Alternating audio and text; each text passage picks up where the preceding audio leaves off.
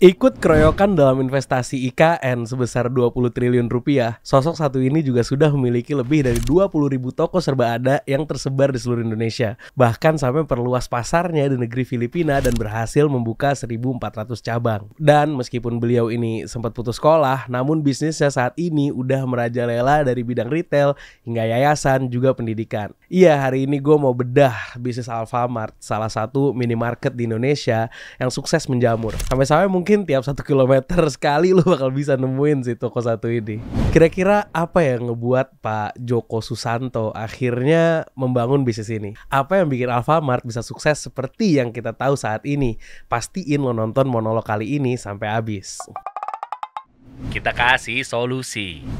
Sebagai anak ke-6 dari 10 bersaudara, Pak Joko Susanto secara natural udah punya nih jiwa-jiwa dagang. Iya, gimana enggak? Orang tuanya dari dia kecil udah punya toko kelontong yang dikasih nama Toko Sumber Bahagia yang ada di Pasar Arjuna, Jakarta. Dan beliau pernah putus sekolah ketika duduk di bangku kelas 1 SMA. Pak Joko akhirnya bantu-bantu orang tuanya untuk mengelola toko tersebut. Dan hasilnya dalam beberapa tahun toko tersebut semakin berkembang menjadi beberapa cabang. Nah, ini juga yang mau gue bahas sedikit. Apakah sekolah itu penting untuk kesuksesan? Dan banyak dari kasus pebisnis yang tidak memiliki pendidikan tinggi tapi memiliki perusahaan yang sukses dan besar. Untuk itu akan gue bahas setelah kita bedah perjalanan Pak Joko Susanto dalam industri retailnya. Balik lagi, dan di saat kemajuan toko kelontongnya ada aja nih musibah yang menimpa salah satu cabangnya. Tokonya sempat habis nggak tersisa karena kebakaran yang terjadi di Pasar Arjuna di tahun 1976. Tentunya hal ini bikin kondisi keluarga Joko Susanto menjadi terpuruk karena ya kita tahu untuk ngumpulin modal itu nggak gampang. Di dalam kesedihan yang cukup mendalam, mau nggak mau mereka harus bangkit dan mulai lagi nih untuk berbisnis. Dan juga musibah ini menjadi suatu trigger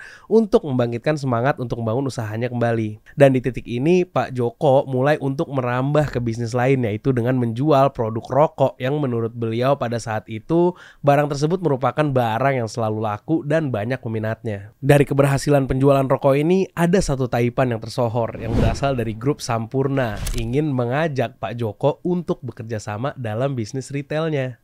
Pada awalnya, Putra Sampurna tertarik untuk menjadikan Pak Joko sebagai salah satu mitra distributornya. And things going really well. Dengan berhasil membuka 15 outlet di Jakarta, Putra Sampurna udah makin yakin bahwa Pak Joko Susanto ini bisa membawa perubahan di bisnis retail Indonesia ke depannya. Jadi Putra Sampurna mempercayakan Pak Joko untuk mengelola Alfa Toko Gudang Rabat yang menjadi cikal bakal dari jaringan retail Alfamart. Tujuannya ya untuk menjangkau kalangan menengah ke bawah yang memang behaviornya suka membandingkan harga termurah dengan kenyamanan berbelanja yang terjamin. Dan di tahun 1994, kedua sepakat untuk membuka Alfa Minimart atau yang sering disingkat menjadi Alfamart. Bisa dibilang kesuksesan awal Alfamart di awal kemunculannya adalah karena konsep berbelanja yang baru di masyarakat. Jadi seperti berbelanja di supermarket tapi dengan jarak yang mudah dijangkau dari rumah. Dan seperti belanja di warung atau toko kelontong tapi naik level karena sistemnya yang tersusun rapi dan dengan tempat berbelanja yang bersih juga. Kita dulu sering dengar yang namanya 4P, product, place, price, promotion, ya kan, marketing mix. Nah, salah satunya dulu itu orang kalau mau buka usaha selalu cari tempat strategis di tengah perkotaan dan sebagainya. Sedangkan Alfamart malah mendatangi masyarakat ke dekat mereka, di mana place mereka ubah menjadi convenience. Maka dari itu sering disebut dengan convenience store. Konsep toko yang nyaman, bersih, menggunakan AC, menjual produk dan barang dengan kemasan yang rapi, dan juga pelayanan yang ramah. Yang kalau kita tahu di tahun 90-an akhir sampai awal tahun 2000-an, konsep toko minimarket masih jarang yang menerapkan. Dan jika ada pun yaitu berupa toko kelontong pada umumnya yang semrawut. Konsep toko yang modern namun tetap dekat dengan masyarakat dan menjual kenyamanan. Selain itu, Alfamart juga menyediakan barang-barang dengan lebih dari 5.000 SKU yang meliputi produk kebutuhan rumah tangga dasar sehari-hari. Nah, gimana strategi Pak Joko untuk mengatur itu semua? Salah satunya dengan membuat stock planning dengan baik, yang dimana tugas-tugasnya meliputi penentuan jenis barang yang akan dijual dengan tim marketing, termasuk menentukan harga dan margin penjualan serta benchmarking harga terhadap pesaing. Yang paling penting adalah melakukan business review dengan para pemasok secara berkala untuk mengevaluasi pencapaian penjualan dan perkembangan pasar produk terkait. Nah, paling penting juga salah satunya ini di masalah stock inventory. Nah, kalau lo punya UMKM yang punya bisnis dengan konsep yang punya stock inventory sendiri, yang punya kendala di pembukuan dari pemasukan dan pengeluaran keuangannya dan juga stock inventory, gue saranin lo pakai software Mekari Journal sebagai all-in-one solution keuangan bisnis. Mekari Journal punya supply chain management untuk skala besar dan kecil. Dan gak hanya itu aja, software Mekari Journal juga udah dilengkapi sama AI-based report analysis yang ngebantu untuk menganalisa data keuangan perusahaan lo agar lebih mudah membuat putusan bisnis yang lebih baik. Udah nggak perlu ribet lagi deh, all-in-one ada di software ini. And back to Alfamart yang dari awal tahun 2000-an hingga saat ini terus melebarkan cabang-cabangnya di seluruh Indonesia dan bahkan sampai ke luar negeri seperti Filipina yang sudah dimulai sejak tahun 2016. Selain berfokus pada penjualan offline, Alfamart juga tidak ketinggalan untuk bertransformasi dan berinovasi pada penjualan online sebagai salah satu strategi promosi dan distribution channel mereka. Dari mulai hadirnya alfamartku.com, AlfaGift, mereka juga aktif di media sosial yang mereka gunakan sebagai media informasi diskon-diskon terkini. Dan yang paling terbaru adalah penggunaan augmented reality atau AR pada fitur AlfaPin yang bisa digunakan sebagai salah satu metode pembayaran. Strategi digital yang dilakukan oleh Alfamart juga dikenal dengan istilah omnichannel marketing. Omnichannel marketing sendiri ini berfokus pada penyediaan pelayanan terbaik bagi calon pelanggan dan menerapkan saluran yang tepat, yaitu distribution channel yang tepat. Dengan strategi ini juga penggunanya dapat memahami perkembangan tertentu secara real time. Terus bisa nggak nih UMKM kayak kita nerapin omnichannel ini? Ya tentu bisa dong. Tapi yang perlu lo perhatiin di sini ya behavioral customer yang harus lo pahami dulu, bukan dari kebiasaan pribadi mereka, melainkan bagaimana mereka berbelanja dan apa yang mereka cari dalam produk. Bisa dari riset-riset atau survei-survei kecil atau yang kita sering kenal dengan R&D. Nah, setelah itu lo bisa mulai bangun brand lo, maksimalin identitas brand dengan kuat. Ini bisa meningkatkan reputasi perusahaan di mata konsumen. Fokuskan bisnis lo sepenuhnya pada kebutuhan dan minat konsumen. Hal ini akan ngebantu bisnis lo dalam meningkatkan kepuasan dan kesetiaan konsumen lo.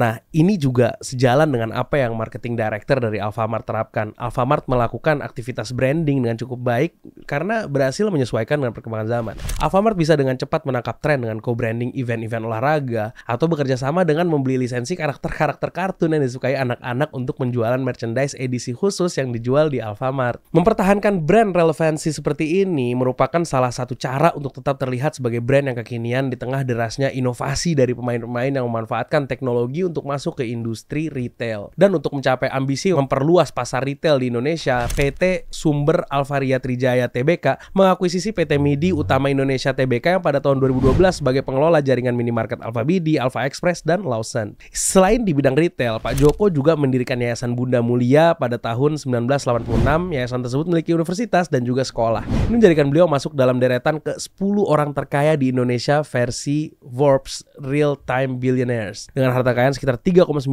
miliar dolar AS atau setara dengan 60,6 triliun rupiah. Dan ada yang menarik nih, walaupun Pak Joko Susanto ini punya yayasan dan universitas yang bergengsi, beliau tidak melanjutkan sekolahnya hingga ke perguruan tinggi. Namun saat ini bisa memiliki gurita bisnis yang sangat besar. Lantas apakah sesungguhnya sekolah itu dibutuhkan? Nah, ini yang menjadi pembahasan kita. Jadi terlepas dari kesuksesan Pak Joko, menurut gue pribadi, sekolah atau nggak sekolah yang paling penting adalah lo tetap belajar dan tetap learning. Kalau misalnya lo di sekolah, belajar lo akan lebih terstruktur. Karena bagaimanapun, kurikulum yang dibuat itu berdasarkan kumpulan-kumpulan riset dan pengalaman-pengalaman dari orang-orang yang udah sukses di bidangnya masing-masing. Dan udah pernah merasakan kegagalan-kegagalan. Sehingga lo nggak perlu belajar dari pengalaman lo sendiri, tapi lo bisa belajar dari pengalaman dan riset yang udah dibentuk dalam sebuah kurikulum yang disediakan di sekolah-sekolah. Tapi di sisi lain, belajar dari pengalaman dan dari lapangan adalah faktor yang paling penting di antara semua.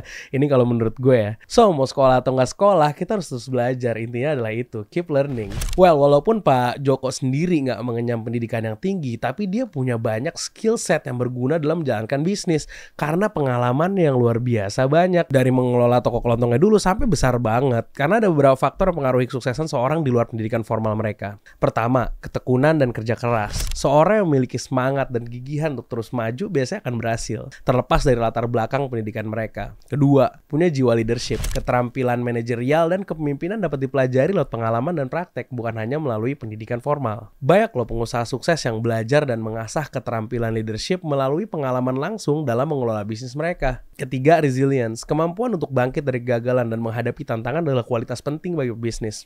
Sebagaimana Pak Joko Susanto dan keluarga yang bangkit setelah tokonya kebakaran. Dan ini gak selalu berkaitan dengan pendidikan formal, tapi lebih pada kekuatan mental dan emosionalnya. Dan terakhir, networking yang kuat. Memiliki networking yang kuat dan kemampuan untuk membangun hubungan yang baik sangat penting dalam dunia bisnis. Di sekolah juga salah satu sarana yang bisa lo pakai untuk networking. Ya walaupun gak sekolah, bukan berarti itu alasan lo gak bisa melakukan networking. Kadang-kadang ada lo orang yang gak punya pendidikan tinggi tapi bisa punya jaringan yang luas, dapat mendapatkan peluang bisnis yang lebih besar.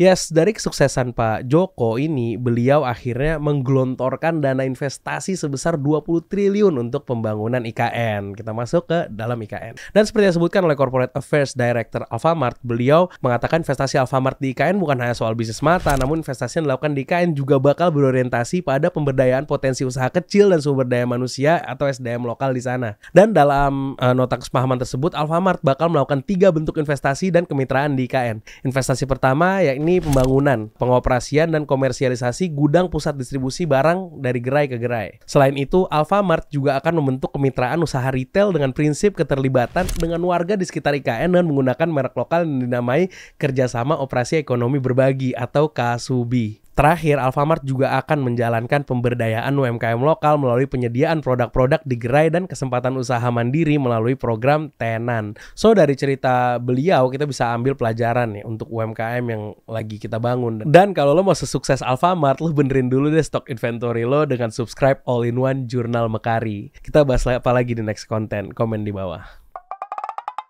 Kita kasih solusi.